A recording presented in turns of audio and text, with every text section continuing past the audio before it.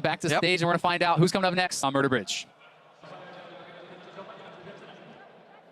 Y en el lado azul, el nuevo sheriff del abismo de los lamentos, venido de la GPL, Levi.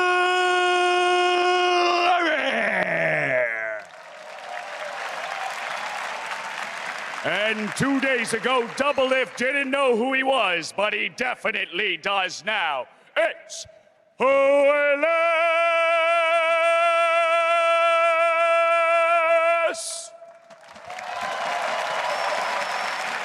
Enough chit-chat. To the game. I can't get enough of these intros, man. I think it's absolutely fantastic. I'm just worried where it's going. At one point. So like they run. Where is the line? Where is the? We're done. We're out of intros. Where do we go next? I guess maybe we'll find out. You know, still got another day and a half or so of 1v1s. So I mean, luckily towards the end, it's going to be best of series, which requires only one intro for up to 3 games. So maybe they can really get some value from their script writing right there. Yeah. Did they peak on day one? You know, that's the big question, right? Can you top the rat-a-tat-tat? Yeah, if you walk into a crowd and you get cheered on, sometimes you use your best material far too quickly. Yeah, there you go. Peak too soon, Gremo. Peak too soon. But we are going to be having another good matchup here. It's Levi and it's we1less. we1less obviously kind of put the smackdown on Double Lift, and which was really satisfying to see. Yeah. I think it was. Honestly, I didn't really think Double Lift had much of a chance in the Twitch versus LeBlanc matchup. So I think he was in a good position. I think he would have won if he just kept it. If he just went for CS? Because I talked to him. He's like, yeah, I didn't want to lose. I didn't want to win on CS. I'm like, dude, you're playing a 1v1 tournament. Just bloody win. Yeah, because I don't think that you can win in the all-in in that situation. No. It's like, once LeBlanc hits the chain, it's pretty brutal. Especially if you walk into a rush. Anyways, he's out of the tournament. Doesn't matter anymore. LeBlanc, Urgot, and Tom Kench banned on the left side. Draven, Caitlyn banned by we1less. Yeah, so LeBlanc taking off table here for we1less, and Levi, we just saw him crushing on Lee Sin. That's going to be available. Maybe he could bait we1less into a Lee Sin 1v1. Challenge him to a 1v1. That would be cool. He played a mean Kha'Zix as well in IWC8. I think it was in the Assassin's mode where he had something like 17 kills. Yeah, so if you're thinking of the kind of some of those jungle champions and stuff, we could even see Rengar. We saw Rengar work out, but I think that was kind of one of those things where if you respect the Rengar, if you stay far enough away from the bush, it's a lot harder for him to win those all-ins, and it's... Definitely agree. You can drop like 10 CS to him early, and it's still a Rengar. Like, all he has is a brush. Yep. Just stay away from it. Stay to that right side of the map, pretend the left side doesn't exist. Yep. It's going to be A-okay. Safety and relics. All right, time's ticking down again. These guys are not considering a 1v1. There's too little talking. I don't see them communicating too much right now. Oh, they are. They both are toggling between Brand and Lee Sin here, but they're just waiting for the last moment to switch their picks, obviously. Yeah, let's see if they do end up locking it. Okay. Lucian Varus. The crowd goes mild. The crowd goes mild. Yeah, I don't know. This is one where it's like seems pretty hard for Lucian to me. It's really that seems hard. like really hard for Lucian because Lucian has lower range. He can get poked out. It's like, sure, if Lucian gets in on the Varus and is able to have some sort of an early all-in, great. But Varus can sit back. You can poke him out with the E early, the EQ early. Like, it's going to be very tough for Lucian, I think. In a traditional meta, right, when we see bot lane 2v2s and we see a Varus lane, why don't we see it very often? Well, because it's low mobility. Yeah, you can get squashed by ganks or by like a melee support closing gap. Guess what? It's not here. Yep. Junglers or supports. It's 1v1. This guy has no weakness in terms of mobility. Lucian Q harass through the lane is dodgeable because it's shorter range. Varus can always land that E harass over time. If Lucian starts dodging with E, he again is capped in his mana pool, so it's incredibly hard for the Lucian. I think it's a matchup, honestly, where you may even run Cleanse, dodge out of the ult at level 6, and you put a Culling in the face. I think that's the win condition for Lucian. Yeah, that actually makes a lot of sense. I mean, Culling is not something that he's really going to be able to... He can't flash out of it. He can't really react to it very well. And if you do connect that full Culling, but it's actually interesting. They both swapped off of Ignite, so we're going to have Barrier, Exhaust for both players, which is kind of the more defensive route. And it could be something where Levi could kind of just sit back and try to just actually CS and say, hey, I'm actually just going to farm better than we1less, try to win it out like that. But it becomes tough because if you bring this to CS, we1less is going to be able to get some mana, he's going to be able to get some items, and he's going to be able to start trying to poke you out. But I really like what we1less has done with his rune page. So he runs the traditional armor on his yellows versus an AD carry, but he's full mana regen on his glyphs. So that is 3.0 mana regen per 5 seconds that he's running. he spec'd very heavily in attack speed. So all his quints are attack speed, which means he really wants to go for the triple stack proc and then proc away one of his abilities, then get some more and do it again, and really play around that percent damage. And he really understands that he doesn't need to kind of itemize or spec against the weaknesses generally, where you run maybe like CDR glyphs or you run magic resistance glyphs. Like, he's really built for this 1v1. Yep. And I also think that having that 19% attack speed allows him to push that much easier. If he wants to push his opponent and harass him under turret, this is going to help him to do that. So both players have elected to start Q first. We are going to see that and just going to start kind of farming it out here. But I think the mana regen, once again, it's very intelligent. He doesn't want to get up in the face of the Lucian. He wants to sit back. He wants to be able to poke him out. And the only kind of risk there is if you get pushed in, you have to start CSing under turret. And just like that, you can fall behind. So We1less needs to make sure he's using his attack speed, keeping the wave at least more even, so he can be able to pick up more of this farm and kind of keep it more neutral. Yeah, always be auto-attacking the minions. And when you harass with your spells, you want kind of double value. So you want to hit both the Lucian and the creeps, but that's why they start E as well, because if you use Q through an entire wave, one, it's hard to hit, and two, it's going to do much more diminished damage. And you can see We1less is actually kind of scared of the Lucian dashing in, so he's sitting very far back. He's using his auto attack so much less. You can even just see, like, he was strafing back and forth with the 3 main range minions there. Well, Levi was pushing up, hitting his Q, using his passive on the minions, and he has been kind of in control of this wave. Yeah, but Lucian spikes much earlier, much better early trader. That level 2 power spike, Crapo. Tell me about it. Was he backpedaling? We1less is this the equivalent of backpedaling, what he was doing, canceling some autos? Well, the E does not land there. And so far, Levi's doing a really good job with the CS. And it would be interesting to see if he wants to go for something like, he has Warlords, I do believe. So if you pick up the Warlords, if you go something like a Vamp Scepter or whatever, and you just try to kind of push your opponent really, really quickly and just kind of try to heal up and outlast him in that way and win on farm. He is running armor on his glyphs, so he's not running the mana regen that We1less is. That's kind of the only difference in the build. Both are indeed running Warlords. But he is running Perseverance as well as all of the HP regen talents. So he has the lifesteal talents, he has the flat regen talents, he's 12 into Resolve. So this means he can kind of sit through a lot of the poke, and I think that stacking lifesteal with a build like this makes a lot of sense, because you can get that push, you can kind of tank through and hopefully just heal back up over and over. And I think it's a really smart strategy, actually. He's also just playing it very well. Yeah. Whenever there's a window for him to go aggressive, he does up into it. So he's not super tunnel vision focused on this push as a mild CS league. But as we'll see, as this matchup progresses, We1less, once he gets access to more spells, is going to be much more comfortable dealing immediately with these larger waves. Yeah, but Levi is controlling the runes. He picks up both the runes, which is very big there, and he is going to be able to get an advantage from that. But that's a mistake. We1less was playing on the left side for brush control, but at the same time, he could have easily been playing on the opposite side and gotten that relic right there. So that is We1less leaving an opportunity for Levi, and he is definitely punishing where he sees them fit. Right now, he's playing more in a defensive posture, but he's definitely on top of his game.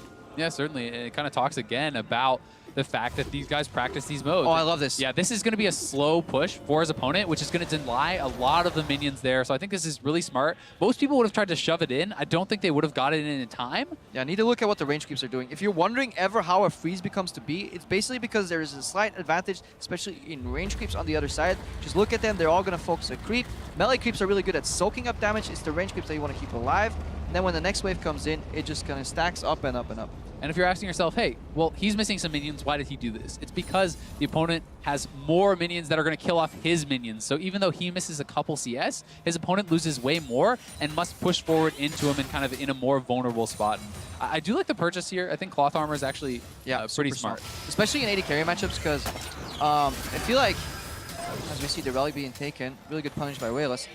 But look how little damage that is. Damage helps you part on your abilities and part on your auto attacks, but it's kind of scaling. But armor, I feel like it works against the base damage of abilities as well. Therefore, it's kind of more beneficial. It's more useful. It does kind of suck in all wins, but if you're playing CS game, armor is a good choice. Yeah, it certainly is. And this is kind of my understanding of what Levi wants to do. That looks like a not-so-good trade, but he has more regen. He has more lifesteal. He has these defensive masteries, and his plan is, hey, yes, I lose that little trade. Oh, he has the culling. Is he going to go for it? Oh, barrier, no exhaust. Not quite enough. Really well timed there. He went back, got the last CS ready. As he was dying, he walks up with the dying CS. This is so smart. And this is honestly super well played by Levi. This is so smart. the cloth armor, the defensive masteries, the way he is playing this. He's now going to be able to deny minions. He's up 14 CS, gets a better buy. He's basically tanking his opponent to a victory. Yeah, he's just like a pseudo bruiser, I think is the closest we could call it. I mean, he has one cloth armor. We're not going to call him a bruiser, but I definitely agree. 2 cloth armors, Screbo. 2 cloth armors. Yeah, what do you got to say now? He's practically Mundo with 6 items. This is as close as we'll ever get to a Renekton again. But it is just so super efficient because like any physical damage that is already on the base damage of an ability now gets negated a bit better by the cloth armor. Obviously, there's Warlords, which rewards you on lower HP. I love that he's proactively sweeping every time. He can cancel the back, but instead he's just going for that freeze again, pulling the wave. Yeah, and I think since the back has gone off, he's just trying to group the minions now, and he's going to be able to pull them all together. They group up. He actually puts the ranged minions behind the melees. That's really important. He rearranges the wave in a sense. If you wonder if he's pulling the minions, why did he kill one then? Because he needs to stay sustained. A little bit of lifesteal here and there. Still, there's a massive advantage. If there's a 4-stack of range creeps at the back, and there's a cannon creep, you have control of where you want the wave to go. Now he can pull the wave to him again, and then when crawling is up again, go for the all-in with barrier on cooldown. Exactly, and he's going to be able to pick up most of these CS, because he has a lot of AD. He has double Dorans, he has double Longsword. This is super free to last hit under the turret, and okay, he misses one, but still. That, of course, massacres. Still, I mean, he's up 10 CS, he's doing very well, and for Way1less, he needs some lifesteal. He picks up the Vamp Scepter, but then it's like, well, you're not going to have enough mana. You're not going to be able to really do a huge amount of damage to poke this guy out. So where is your advantage? Where do you win here? And it starts to become a bit desperate for Way1less. Especially if you see that Way1less opts in the same style with the Vamp Scepter. Exactly. You're trying to do what your opponent is doing, but you're doing it worse. From behind, and that's how you never win. So Way1less needs to make a tactical shift and honestly go for open with an auto attack into Q. Try and outrange and go for the ulti, but there's really good side switch on Levi. Again, he dodges it, turns it to Culling. Way1less right now tanking creeps. Exhaust is there too. Levi can dash again real soon, and that's it. Oh, the exhaust. Oh, he canceled his auto. He had to back up there. He stuttered the auto because of the exhaust, the attack speed reduction. Levi would have had it, but don't fret too much. He's still up a lot of farm. He can push it in, and both players have the barrier, but that should have been game. Yeah, that should have been game if he went slightly more optimal. He still has an entire barrier. He can definitely outplay this. Look at his lifesteal. He's already back so much of this HP. He's being able to heal back up. He's being able to regen back up, and he can look to go aggressive on Way1less if he sees the opportunity. And the problem is Way1less needs to get a couple auto attacks in before he uses abilities. Levi, the only way he loses this right now is if he gets sucked in and kind of greets for the last few CS. Yeah, or if he can get baited into an all-in. Like at this point, you don't even have to. You can use Cullings on the wave and stuff. He's 20 CS from victory. His opponent basically has to get almost 3 full waves advantage in farm. And at this point, Levi has the item advantage. He has kind of the CS advantage. If you keep your opponent in lane here, if you keep him stuck in this, then how do you lose? I really like that he's trading just every time Way1less uses either an E or a Q, it's being traded for the gap calls are on the side of Levi. Yeah, very smart. He's going to miss that CS, unfortunately. That's a little bit unlucky, but should be able to... okay, well, that was a little bit careless. I mean, he should have at least got 2 of those. I think he's trying to decide, like, am I getting baited into an all-in? What's the cooldown on Varus ultimate? Should I base? He's trying to run the numbers here. And Way1less is taking advantage of that confusion. I think the best thing to do for Levi here is just base. Yeah, part of the problem here is that because he's hesitating on what to do, now he's going to lose a lot of minions to the turret when he does base. And he is eventually going to kind of come to that conclusion where that's what he should do. But when you give up the minion advantage, when you give up the wave, then you're not auto-attacking, you're not using that lifesteal. And wow, look at this buy. He picks up a Warden's Mail as well as the Caulfield. So super efficient. Super efficient, super tanky. And because it was a cannon wave, he's actually not losing as many minions as he should have, right? The cannon tanks it up, it allows you to get back there. Because Way1less also hesitated. He would hesitate on the punish, and obviously it's really hard for him to like kind of tear through that entire wave because he's running so much attack speed and doesn't have that much raw AD to enhance his abilities. He's 10 CS away. I don't think Way1less could have even afforded to back here. He's going to get this full free wave, then he's 4 CS away, and Culling is up. He just has to coming in. He just has to cull the next wave. Way1less must all in now. Way1less has to all in pretty much immediately. And even still, Levi has his barrier, and he can just Culling the wave. I mean, what is Way1less going to do? 90% over, but we have been wrong in the past. So Way1less, I don't even know why he's going for CS. Yeah. Doesn't matter at this point. Needs to get out there and start fighting because the minion wave is coming. Oh, no sweep. There is almost an exhaust. He really wants to get that exhaust up too. Way1less pops the elixir. Levi can just let the minions do the talking for him. There's 12 CS away. And okay, Way1less, he wants to deny as much as he can.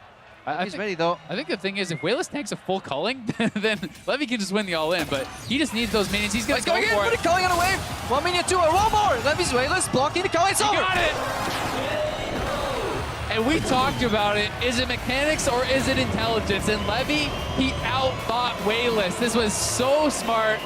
The crowd a little unhappy it's not a kill, but I got to give this guy credit. He Screw the outthought his crowd. opponent. If you get to a CS victory by building efficiently, they can boo all they want. This was very well played by Levi, especially if you look at the early game. This guy was reacting well in every single scenario. He was dashing out of abilities, trading mana, playing very cost efficient. You know, the cloth armor, everybody's tunneling on damage all the time. His masteries, his item build, his play, everything spoke about the planning that he had for this matchup. And Levi walks away with a very well-deserved win. And a guy like this, to me, is someone who's a threat to take the tournament, to take the 1v1s. Yeah, the only issue I feel is if he reveals a style like this and he goes up against somebody like Uzi, kind of, you saw Levi hesitate, right? In certain scenarios of like, should I base, should I stay, should I go? Well, Uzi just, he doesn't even have to think anymore. That's like embedded in his like 80 carry DNA. And that's the problem I have. Also, if you're just too good. Just like Uzi, same problem I have, you know, it's me and Uzi like this. Just like that. What are you going to do? No, or if you face a Darius or an Olaf and he's actually unfamiliar with the matchup. So that is maybe something that can happen. However, we have our first 100 CS victory. Yep. And he still gets the applause that he deserves. Yeah. I like that. Definitely deserves it. And because that's the suck. You watch Xpeke win a 1v1, crowd goes like, Peke, Peke. You win, you take off your headset, and the first thing you hear is like, boo. Yeah, I know. That doesn't feel too good, but... No, definitely not. So we're honestly getting ready right now. Luckily, the next players should be ready. They're preparing in twos, so there's 2 booths on stage, or pods rather. One match is playing, the other guys are preparing. In a CS victory, they should be ready to get going quickly. Yeah, I would think so. And then speaking of Uzi, he's going to be coming up next. So Uzi is going to be playing against Optimus next, and that should be one that is very exciting. Uzi, I think, is a player. You know, Mata was even talking about him in an interview yesterday, saying he's the best laning AD carry in the world, right? And AD carries are incredibly good in 1v1, and it's not just one. It's Caitlyn, it's Lucian, we've now seen win, and it's Varus, right? There's a lot of them. And it's honestly, the beauty for me about Uzi is not how good he is, but how early in his career he was just so good at that style where you weave in auto attacks in between pushing and then being able to last it. Because like a lot of AD carries kind of caught up to that style in season 4 and 5, but he was doing that already from the get-go, already in auto space. Yeah. All right, guys, that's enough talking about Uzi, though. We'll see him on stage soon. Let's keep the day rolling.